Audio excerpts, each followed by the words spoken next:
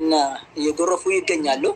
እነሱን ተመልክቶ ከእነሱ ጋር ያደረኩትን ወደ እስልምና መምጣት እንኳን ወደ እስልምና መጣችሁ በተመለከተ በእኔ ላይ ያው ስሜ ባትጠሩም ስታወሩና ስትናገሩ አይቻለሁ። ፎቶን ባትለጥፉ ያ ብዙ ሰዎች እኔ ያን ሳደርግ ስላየ ያ ትንሽ መልስ መስጠት ስለሚያስፈልግ መናገር ፈልጌ ነው። እሱ ምንድነው አንድ ኢት ስላላወቀች ስለ አሮጊት ስለሆነች ምናምን ብላችሁ ስትሳደቡ ነው። አሮጊትም ትሁን እድሜዋም ትሂድ እናንተም ታረጃላችሁ። እንደውም ስትጨማለቅበት የነበረውን ነገር ትታ ወደ እስልምና ስትመጣ እንደውም እድሜዋ ከሄደ በኋላ ማሻአላህ ነው ሁሉም ነገር ገብቷት ነው የመጣች ማለት ነው። አሮጊትም ከሆነች በዛ ሰዓት ላይ አንዲታችን መጣ አቀባበል አድርጌያለሁ። በዛ አቀባበል ላይ እንዴት አደርጋለሁ ያላችሁ ነገር አለ። እሱ ምንድነው አንድ ሰው መጥቶ መስቀሉን ፊት ለፊት ላይ አውጥቶ ይሄው አልፈልግም ብሎ ካስቀመጠ እኮ መብቱ እኮ ነው እንዴ። ቁረጥ ብያለሁ እንደ መስቀላለሽ ብዬ ጠይቄ አዎ ካለች መስቀሏን ይሄው አለ ብላ አውልቃ መስቀሏን ካስፈልግም ብላ ካስቀመጠች እኮ መብቷ ነው። ወይ ደግሞ ክር አደርጋ ክሯን በመቀስ እንዲያደርጋ ከቆረጠች መብቷ እኮ ነው። ካልፈለገች መስቀሉን አይደለም እኮ ሰባበረችው፣ ክሩን አንገቷ ላይ ያለው ክር ቆረጠችና ይሄው አውልቅ ያለው ተለያይተናል በሰላም እዚህ ቆይ ብላ ነው አስቀመጠችው። በዛ ሰዓት ደግሞ ወደ እስልምና ለመጣ ሰው ዌልካም ብዬ ቁሜ እንዲሳጨበጭብ እንዴ መስቀል ስለቆረጠች ነው ስለሰበረች ነው ብትሉ ይሰማኝ ነበር። ስለቆረጠች ነው። አዎ ስለቆረጠች ነው። ምክንያቱም በእኔና በእናንተ መካከል ያለው እኮ ትልቁ ነገር በመስቀል ማመንና ለማመን ነው። እኛ መስቀልን ሙስሊሞች አንቀበልም፣ እናንተ ደግሞ መስቀል አዳኜ ነው ስላላችሁ፣ እሷ ደግሞ መስቀል አያድነኝም ከዛሬ ብላ መስቀሏን አወልቃ ወደ እስልምና አንድ አላህ ብቻ ነው የሚያድነኝ ስትል አጨብጭቤ ዌልካም ቱ እስላም ብዬ ካልኩ ምንድን ነው የሚያበሳጫችሁ እንዴ? 16 ስፒከር ከብታችሁ አንድ ማይክ ይዛችሁ ቸርች ላይ ማለት ነው ፕሮቴስታንቶች ሃሌሉያ ኢየሱስ ጌታ ነው ኢየሱስ ያድናል ይሁን ሙስሊሞች ናቸው ብላችሁ ስንት ሺህ ሰው ሆናችሁ ኮፍያና እንትን አደርጋ ንቃብን ስታስወልቁ ነበራችሁ። እሱ ለምንድን ነው ያልተናገራችሁት? ምን ነው ዝም አላችሁ? አፋችሁ ሙስሊምን አምጥተናል ብሎ ንቃባቸውን ሲያስወልቁ አብያን ሲያስወልቁ ኮፍያቸውን ሲያስወልቁ ለምን ዝም አላችሁ እንዴ? ወንዶቹ ሱሪያቸው እስኪቀደር ሲጨው ሴቶቹ ጉርዳቸው ወደ ላይ እስኪገለብ ሲስቁና ሲደንሱ ምን ነው ዝም አላችሁ? ወደ ክርስትና ወደ ኢየሱስ ስላዳነ እንኳን ሰላም መጣ ብላችሁ ስትጠው ምን ነው አልተሰማችሁ? እናንተ ኦርቶዶክሳውያኖችስ እንዴ ሻማ አበርታችሁ ማጅራታችሁ እስኪያብጥ ድረስ በእልልታ ስትቀበሉ ከሙስሊም ወደ ክርስትና መጣ ብላችሁ ስትጮህ ነበረ። ምን ነው እሱ አልተሰማችሁ? አልታያችሁም? ወይስ ሰው ወደ እስልምና ስለጎረፈ ነው ያስጨዋችሁት እንዴ?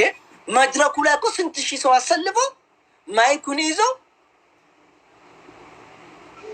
የአንገቱ ደም ስር እስኪቆጡ ድንግል ማርያም የተባረከችን ብሎ ከእስልምና መጣ ብሎ የሚያጨበጭብ ኮፍያውን የሚያስጥል ማን ነው? ዛሬ እኔ ዌልካም ቱ እስላም ብዬ ስላጨበጨብኩላት ይሄ ያስለቀሳችሁ? አይ ይሄ አይደለም ያስለቀሳችሁ። በነገራችን ላይ ሰው እውነቱን አውቆ ወደ እስልምና መምጣት እንጂ ያስለቀሳችሁ አለ አልፈልግም ብላ ይሄን አውጥታ ካስቀመጠች ይሄ የሚያስለቅስ አይደለም። ስለዚህ እኛ እንደ ሀገር ተቻችለን አቻቻለን እናቅበታለን፣ እንገዛችኋለን። የአንድ እምነት በላይ ነው ካሉም ደግሞ እሱንም በእውቀት ማስተናገድ እንችላለን። ከዚህ ውጪ ግን ምንም ማድረግ አንችልም። አንድ ሃይማኖት አንድ ነገር ካላችሁን አይ ሀገርም የጋራ ሃይማኖት ደግሞ የግል ነው ብለን እምነታችን እናራምዳለን። አይ የኔን እምነት ካልተከተልክ ለምን ወደ አንተ ሰው ይመጣል? አንተ ራሱ መምጣት አለበት ብለህ የምትጮህብኝ ከሆነ አይሆንም። ከዛ ብሔር ብሔረሰቦች ነው ሀገራችን ላይ ያለ። ዋቄ ፈታ ሊመጣ ይችላል። ሙስሊሙ ወደ ዋቄ ፈታ ሊሄድ ይችላል። ወደ ኦርቶዶክስ ሊሄድ ይችላል። ወደ ፕሮቴስታንት ሊሄድ ይችላል። ስለዚህ አንድ ሰው ለምን ወደ እምነቴ መጣ ብሎ ዝም ብሎ እንዲኮስተር ብሎ አይጠብቀውም። ዌልካም ቱ እስላም እንኳን ወደ እምነት ህይወትን ወደሚያድን ተውና ዝም ብሎ እንግዳ ወደ ቤት ስመጣ እኮ በፈገግታ ነው የምንቀበለው። እኛ ሙስሊሞች ተው በፈገግታ ነው የምንቀበለው። ለምን ይሄን አደረክ ብላችሁ የምታለቅሱ ከሆነ ይሄን እንግዲህ ራሳችሁ ብቻ በየመድረኩ ስትጨውና ስትጨፍሩ እኔ ዛሬ ቲክቶክ ላይ ወጥቼ እህቴ እንኳን በሰላም ወደ እስልምና መጣሽ ስላልኩኝ እንዲህ ደም ካለቀሳችሁ እንግዲህ የሆነ ሳተላይት ከብቼ እንደናንተ በሳተላይት ይሄን ነገር ኢትዮጵያ በየቤቱ ቢገባ ምን እንደምትሆነው አላውቅም። ቴሌቪዥን ተከፍቶ በቴሌቪዥን መስኮን በየቤቱ ገጠሩና ከተማ ላይ ይሄ ነገር ቢገባ እርግጠኛ ነኝ እኔ አዲስ እንትን ለኢትዮጵያ ታደርጋላችሁ። ይሄ ምንድነው የሚባለው? ለኢትዮጵያ የሆነ ግርዶሽ ነገር ታደርጋላችሁ። ስለዚህ አስፈላጊ አይደለም። እናንተ ስመጡ በእልልታ እየተቀበላችሁ ነው። እኛ ስመጡ በእልልታ እየተቀበልን ነው። ሰው መጥቶ አይ እስልምና አልሆነልኝም ብሎ እንኳን ይሄን ተው ቁርአንን በክብር ይኸው እስልምና አልሆነልኝም እዚህ ውስጥ ነበርኩኝ ይኸው ትቼ ወጥቻለሁ ብሎ ካስቀመጠ መብቱ ነው። አይ አልፈልግም ብሎ ኮፍያውን አወልቆ ጥምጣሙን አወልቆ ይኸው አልፈልግም ብሎ ካስቀመጠ መብቱ ነው። ሙስሊም አንድ ሙስሊም መጥቶ እናንተ ጋር አልፈልግም ካለ መብቱ ነው እንዴ። አንድ ክርስቲያንስ መጣ በቃ መስቀሌን አልፈልግም አወጣች። ካልተቆረጠ አይቆረጥም። በነገራችን ላይ ካልተቆረጠ መስቀል አይቆረጥም። ብትሰብር ነበር ችግሩ። ሰባብራ ብትጥል ችግር ነው። ግን ከአንገቷ ላይ ቆረጠች በመቀስ አምጥታ አስቀመጠች። አልፈልግም መጽሐፍ ቅዱስን ቢኖር እኮ አምጥታ መጽሐፍ ቅዱስ እስከ ዛሬ አምኜበታለሁ ከዛሬ በኋላ ግን በዚህ አላምንም ማምነው በዚህ ነው ብላ ቁርአኑን እንዲይዛ መጽሐፍ ቅዱስን ይኸው ትቼላችኋለሁ ብትል ምንድን ነው የሚያስለቅሳችሁ? የህፃን ለቅሶ አደረጋችሁ እኮ ቲክቶኩን ሲገባ ይሄም ስለዚህ ያለቅሳል ያም ስለዚህ ያለቅሳል። በትንሹ እንዲህ ካለቀሳችሁ ገና ትልቅ ነገር እንደምጠብቃችሁ ወቁ። እንግዲህ ይሄ ጅምራችን ነው ለኛ። ስለዚህ ይሄ እንድታውቁበት እላለሁኝ። መልእክትን በዚህ በአማርኛ ካስተላለፍኩ ወደ ኦሮምኛ አልፋለሁኝ። ወረፋ ኖሮ ፋዱበተን ቦሌ ወንክ የቀቃሊ አመንታን ክርስቲያና አመንታ ሐራሚት ያናፍ ዮኪን አመንታን ክርስቲያና አናፍ አመንታ ጠላታ ሚቲ አመንታን ክርስቲያና ከኦፊኪያ ኬስ ጅራዴ ትጅራዴ አርገደ አመንታን ክርስቲያና ከኦርማ ሚቲ ባህሪ ጤ ዋነች ዱፋ ጅሩ ሚቲ ዋን ወብየ ኬኛ ኬስ ጅሩ ዋን ለ ወሊን ጅራታ ቱረ ጀቹ አመንታ ከናቲኮ ከአባንኮ ኬስ ጅሩ ከና ብሌቲንኮ ኬስ ጅርቱ ከና ቦሌስኮ ኬስ ጅሩ ከና ኦላንኮ ኬስ ጅሩ ከማቲንኮ አካካዩና ክቼኮ ኤስሞኒኮ ወሲሎኒኮ ኬስ ጅራኒ ፈርሃና መንታ ከነ ጥቄ ሶኪነ ረብሰ ጀቹን ኩን አኩመ ሴራቱ ጭንቅላቲ ነማትን ፍሮተሙ እንኳን አመንታ ነማምትቲ ዘሪኑ ማነማዩ አረብሱን ቃኒ ቴራ አንከ እስላማቱ ዘሪ አረብሱን ቃኒ አካ መንታቲ ዘሪስቴ አመንታ ነማ ረሱል ሰለላሁ ዐለይሂ ወሰለም ወአለ አካ ሂንቱቅ ንዱስከኒ ንርከኒ ነረብሱ ነው አመንታ ነማ ዶርካ ደጉን በርሲሳ ቤካ በርሲሳ ዋሁንዳ ከዓለማ ከረብ ብራ ዱፌ ይሰቀምነ ዋንታተ ቢን ነረብሲና አመንታ ነማ ጀድ ሰኝዳን ለ ወሊን ቆኑ ኩን ኦሮሞ ኩን አማራ ኩን ትግሬ ኩን ስልጤ ማሉ ሂንጀኑ ቶኮለ ሃተው ተርጋ መንቲን ክርስቲያና ብየ ኬስ ጅራተ ከሙስሊማ ብየ ኬስ ጅራተ ጋፈናን ተው ጀዴ በሚዲያ ከነቱን ጅሩ ማለን ቴንኪዩ ወጎቴ ዱሲ ወሊን ጅራደ እንጅራ ሀራቦ ደገሩ አመንታ ከነት ጅራችሁ እንደንደው አመንታ ከልቡክ የነፈይሱ አመንታ እስላማ ከረብን ጃለቱ ሰነርገደራ አነች ደሜራ ነጋን ናፍቱራ ጀዴ እስላማቲክ የትፋ ከስቲን መስታወቲክ ያዳመጠጡ ገሩ የሮሰን አከሲን ቱሬ ማቲን ነማሬባ ነማሪያታ ኦላን ነመጅባ አከስቱሬ በቀጣቱ ደከከሰን ሲንጨራ ጋሪ ከሰ ጅርቱዩ ሰኒፉ ናንቱ ጀዴ አመንታ ሰነ ከሳቢያን ሀራሊ አመንታ ሰነ ከያቤ ጀዴ አረብሳን ጅሩ ማሊፍ አባኮት ትጅራት ማቲኮት ትጅራታ ፍሮታንኮ ትጅራታ አከብያት ለ ቢይኮ ሰኔን ጅራታ ጅራ አመንታ ኮት አመንታ ዶጋ ከገበራ ጅሩ ጅራ ከላሚት ቃሉዩ አረብሳን ጅሩ ነው ቃሉ ነው ከርባደ ጅራ ጁለ እንደስ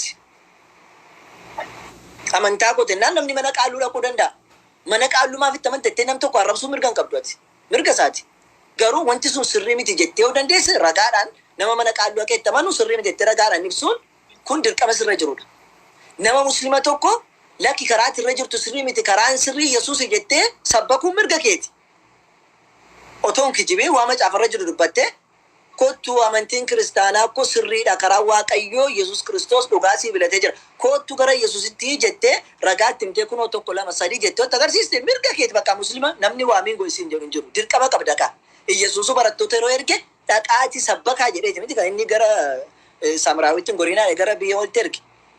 Bakka barsiisuun dirqama waan ta'eef barsiisa. Arraba malee tokko jedha.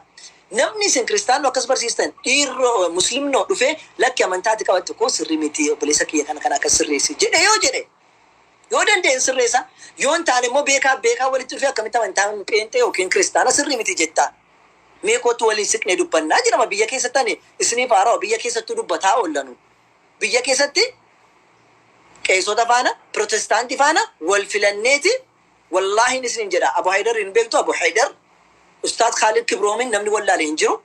Yeroo sanatti waa'ee kanan beeku reefa amantaas namatti dhufa shaantaa isaanii baadheen deema waggaa salgana irraa na fakkaata.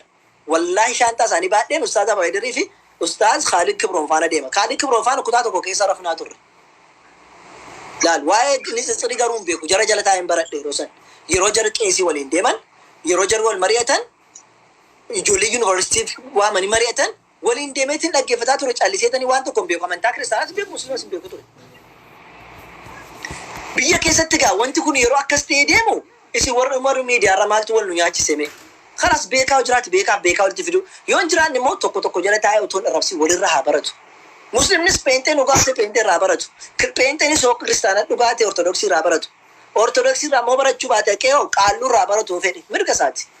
Garuu namni tokko garoo qara pheenxeetti dhufu fakkeenyaaf laa qaddara Allah rabbiin fidiin malee namni muslima tokko achi deeme kan rabbi sila wanna jedhe osoo achi dhufe welcome to Jesus jettee otoo kaatee cabacabdi namichi sun karaa sabaa ammaan booda baaseera jedhee achi kaa'e. Wanti ofirra jiru maal ximxaama ofirra jiru baase niqaaba ofirra jiru baase mirga isaati bar nu muslimoonni maa baastee hin jennuuni. Situ baasee isin hin jennu nunis bakka uttamanee dhufe mirga isaati ximxaama isaa niqaabii isaa ofirraa baase hin dhiise. Baga deeme yoo dandeenye kootu maal dhabdee deemtee ragaa dhabde moo wanta si shakkeessisee jira moo inni dubbannaan lakkin barbaanne naan karaan kee karaa dugdaan daaqosii baatoo hin gaggeessine malee dhufe wuy ati koo isheen islaamattuuf naan qaabii ishii maal ishii baasiste haa ibbaalu bakka mirga isaa nam tokko saniifu ani dheengadda namni gara amantaa islaamaatti gaafa dhufe kalaas hin barbaaduu jedhee waan inni maal kun masqalii ofirraa kuteef yookiin immoo kalaas masqalii ammaan booda nagaa kan na fayyisu masqalii osoo hin taane Allah rabbi tokkicha itti amanu jedhe yoo inni lafa kaa'e ndee maaliif masqalii ofirraa kuttee jedhaniiti yaazuun liqaquun jechuun maali boocha ijoollee lafa argan galite jettu maaltu isin boosise akkasii miti bar laal ijoolleen ta'ina hin fedhu jettii baate farhaan kuti jedheeni islaama mootaanaan dirqama immoo ofirraa kutuudha aslan siin ta'u kun jedhee itti himaan nam tokko naan ta'u ennaan kuti ofirraati. Islaama gataata ofirraa kuti. Kudhaama fakkeenyaaf muslimni tokko kudhaama godhatee dhufe muslimuma ta'ee kudhaama godhate kun siin fayyisu ofirraa kuti naan kudhaama nuun dhorkaadha kan mormatti fannifatan kun. Saniifuu namni tokko yoo kutee dhufe lakki akkam masqalee ofirraa kuttee quraana kuta naqaba nagadhiisaa. Indee muslima miti dhufee kan masqalii kutee bara. Wanta adda baafachuu qabdan muslimni osoo dhufee masqalii kute masqaliin kun maa isheen jedhee minaamni jedhe otoo masqalii kute yookiin caccabse yeroo sanatti maal jettu amantii kiyya xiqqeessee jettu. Namni keessa jiraatu hin fedhuu jedhee waan irra jiru ofirraa baase. Anamma wayyaa kana hin barbaadu ofirraa baase namni na dirqisiisu jira qullaa kun asirra taa'e. Rabbii kiyyan sodaanne taanaan. Kanas kun bar mistira kiyya na dhoska qaama kiyya na dhoskee jira bar na sataree jira. Waan na sataru kana hin barbaadu ofirraa baase kun namni na dirqisiisu tokko hin jiru. Atis uffata qabda uffata kee uffadhu. Anis uffata kun fedhe ofirraan baasa. Saniifuu atis masqalii qabda masqaliin kee bakkuma jirutti baa ta'u kaawwadhu. Ani garuu barbaadu ofirraa kunnaan maaliif of isheen masqalii ofirraa kutti jettanii dhuftaniiti quraana ciraa fi maaloon jedhaani kun waan nama baasu miti. Otoo muslimni kute muslimatu balleessee arrabaa jenna. Kanas namni barbaadu kutee dhufa ganaallee borullee kutanii dhufuuf jiru. Nama kutee dhufu immoo welcome to Islam jedheen garaan dhaabbadheen gadda taa'ee na cabaccabeef amma immoo dhaabbadhee na cabaccabaaf. Kana bara. Saniifuu amantaa walii kabajuun dirqama walii kabajna. An kanaaf hin seenne garuu ergaan kun dirqama dabarsuudha. Amantaa kabaji waan dubbattu irratti ragaa qabaadhu. Waan dubbattu irratti. Waa'ee Yesuus waan dubbadhe. Yesuusin waan ragaa macaafa qulqulluu irra hin jirre. Waan quraana irra hin jirre yoon dubbadhe akka seeraatiin feetu iddoo beekte xaqeena akkasisuu dandeessa. Yoo humna isaa qabaatte immoo kootu akkatti na qabi deema. Yoo sana hin qabaanne hoo you have to use your mind. ጭንቅላትን ተጠቅመ ከኔ ጋር ማውራት ነው በቃ ያለ ይሄ ነው ጦርነት በነገራችን ላይ የሮማ እኮ lolli lola sammuu ta'eera dullaa fi minaamin hin jiru. Sammuu keetiin na loli kottu sammuu keetiin na falmi.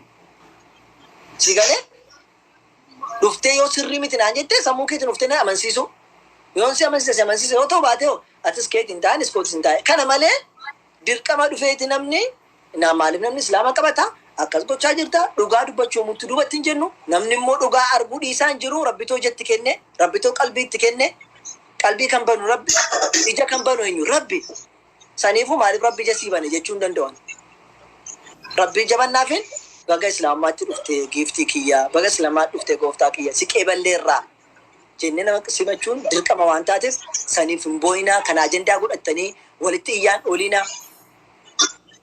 Garuu ammoo warri waan hin cira jettanii dubbata har'a isinitti fakkaata.